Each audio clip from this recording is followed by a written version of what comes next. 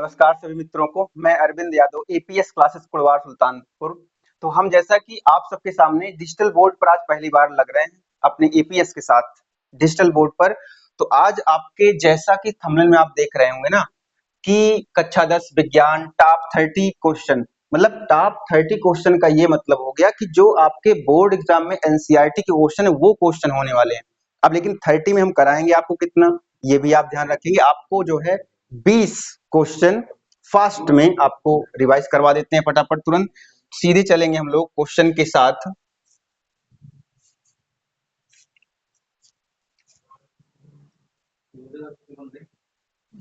सीधे क्वेश्चन के साथ चलेंगे।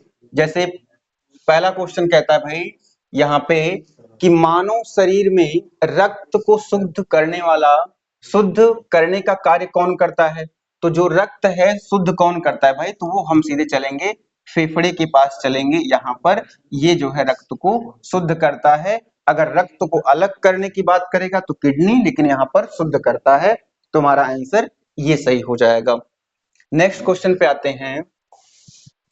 एटीपी का पूरा नाम, तो एटीपी का जो पूरा नाम होता है वो एडिनोसिन ट्राइफॉस्फेट, एडिनोसिन ट्राइफॉस्फेट होता है। इसका आंसर जो होगा आपका एडिनोसिन ट्राइफॉस्फेट होने वाला है यहाँ पर। अच्छा, एडीपी पूछा जाए तो अगर आपसे कह दे एडीपी का पूरा नाम और एएमपी का पूरा नाम, एडीपी एडिनोसिन डाइफॉस्फेट की तरफ, एएमपी एडिनोसिन मोनोफॉस्फेट होगा। तो अब यहाँ पर लेकिन पूछा क्या आपसे, एटीपी पूछा है, तो एडिनोसिन ट्राइफॉस्फेट, तो एडिनोसिन ट्राइफॉस्फेट की तरफ चलेंगे। नेक्स्ट क्वेश्चन, आनुवांशिकता के जनक कौन है। तो आनुवांशिकता के जनक कौन है भाई, तो मेंडल साहब हैं, ग्रेगर जॉन मेंडल। तो आनुवांशिकता के जनक ग्रेगर जॉन मेंडल हैं। इन्होंने कितने नियम दिए थे, 3 नियम दिए हैं। प्रभाविता का नियम, सेग्रीगेशन का नियम और स्वतंत्र जो है अभिवन का नियम है। तो यहाँ पर वाटसन क्रिक की बात करें, लेमार की बात करें तो कोई आवश्यकता नहीं इनकी बात करने की अभी। तो आनुवांशिकता के जनक कौन है, मेंडल साहब हैं। नेक्स्ट क्वेश्चन पे आते हैं हम लोग। प्रतिवर्ती क्रिया, प्रतिवर्ती क्रिया किसके द्वारा नियंत्रित होती है। तो प्रतिवर्ती क्रिया जो होती है वो मेरुरज्जु के द्वारा नियंत्रित होती है, मेरुरज्जु के द्वारा नियंत्रित होती है, ना कि मस्तिष्क। हृदय का काम क्या है, हृदय का काम है ब्लड को पंप करना, रक्त को इधर से उधर बहाना।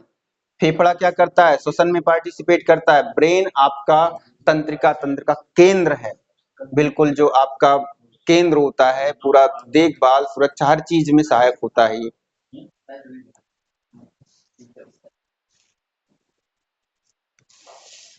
मनुष्य में रक्त का थक्का जमाने में कौन सहायक है।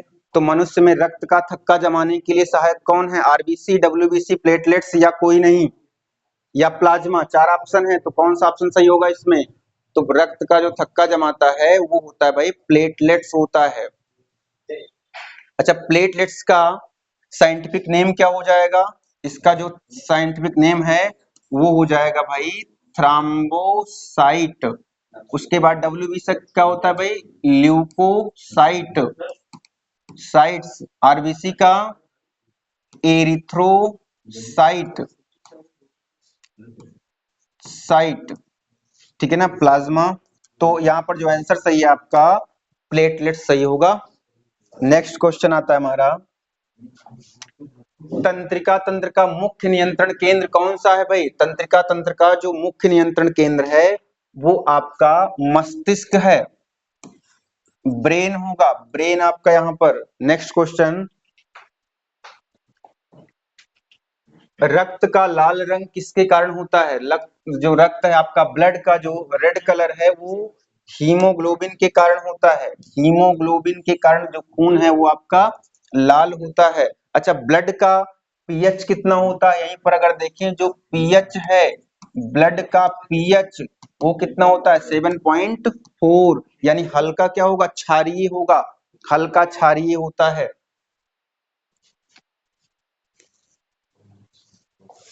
ओजोन परत किससे रक्षा करती है। तो ओजोन परत क्या वर्षा से रक्षा करती है, सूर्य की पराबैंगनी किरणों से रक्षा करती हैं, या वायु प्रदूषण से रक्षा करती है, या फिर धूल से? तो भाई जो ओजोन परत है, O3 जो लेयर होती है, O3 वो सूर्य के पराबैंगनी किरणों से सुरक्षा करती है, आपको राहत देती है, वो सूर्य की जो पराबैंगनी किरणें हैं उससे। नेक्स्ट क्वेश्चन आता है हमारा, हार्मोन का स्राव किस प्रणाली से संबंधित है? हार्मोन का, तो हार्मोन का स्राव किससे है भाई? तंत्रिका संघ से नहीं है। अंतःस्रावी, परिसंचरण, श्वसन? बिल्कुल नहीं। तो सही कौन है आपका? अंतःस्रावी यानी इंडोक्राइन सिस्टम से संबंधित है ये। आप सभी लोग इस 20 प्रश्न पर ध्यान रखेंगे, 20-22 जो भी प्रश्न आपको मिले। भोजन का, नेक्स्ट क्वेश्चन, भोजन का पाचन मुख्य रूप से कहाँ पूरा होता है? तो भोजन का जो पाचन है वो मुख्य रूप से छोटी आंत में पूरा होता है, ठीक है ना, छोटी आंत में पूरा हो जाता है। इसकी लेंथ कितनी होती है भाई? 6.5 मीटर। इसकी लेंथ कितनी होती है? 1.5 मीटर। 1.5 मीटर के आसपास, ठीक है ना। नेक्स्ट क्वेश्चन पे चलेंगे हम लोग, इसका आंसर हो गया। परागण क्या है? परागण क्या है? परागण में क्या होता है? बीज निर्माण? बिल्कुल नहीं होता। परागण में जो है निषेचन नहीं होता, अंकुरण नहीं होता, तो इसका क्या होगा? परागकण का स्थानांतरण आपका ये आंसर सही हो जाने वाला है। आंसर पर बिल्कुल ध्यान रखेंगे और सारे प्रश्न को याद रखेंगे, जो भी इंपॉर्टेंट, सबसे बड़ी बात है एनसीईआरटी प्रश्न ध्यान रखेंगे।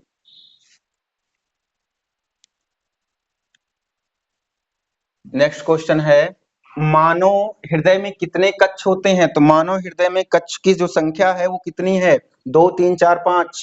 तो आंसर क्या होगा? 4, ठीक है ना। इसमें जो है आपका 4 आएगा, जिसमें 2 अलिंद और 2 निलय होते हैं, वेंट्रिकल होता है।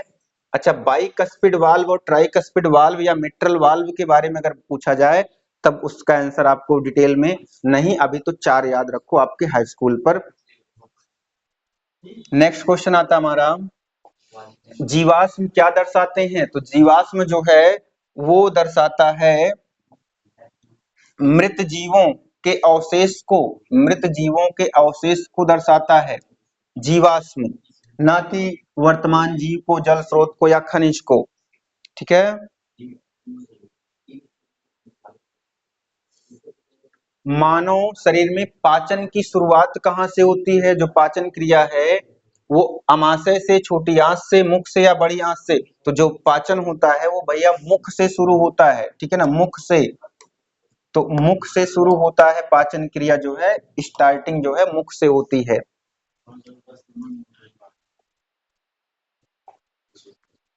नेक्स्ट क्वेश्चन है, मनुष्य में लिंग निर्धारण किस पर निर्भर करता है? तो जो लिंग निर्धारण होता है मानव में वो माता पर, पिता पर, दोनों पर या वातावरण पर? आपका आंसर दोनों पर भी जाने को तैयार होगा, बट दोनों पर नहीं जाएगा, क्योंकि जो है वो यक्स वाई और यक्स यक्स गुणसूत्र में जो वाई है वो डिफर है दूसरे से। अगर वाई डिफर है तो वाई गुणसूत्र किसका है? मेल का है, मीन्स नर का है। तो कौन जिम्मेदार होगा भाई? पिता पर, यानी कि पिताजी जो है वो जिम्मेदार होंगे यहाँ पर।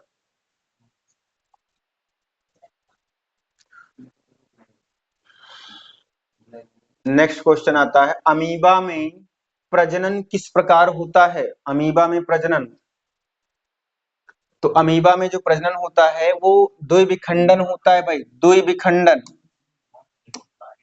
द्विविखंडन, ना कि लैंगिक प्रजनन, ना कि बिल्कुल नहीं। बाइनरी फिशन होता है भाई, बाइनरी फिशन।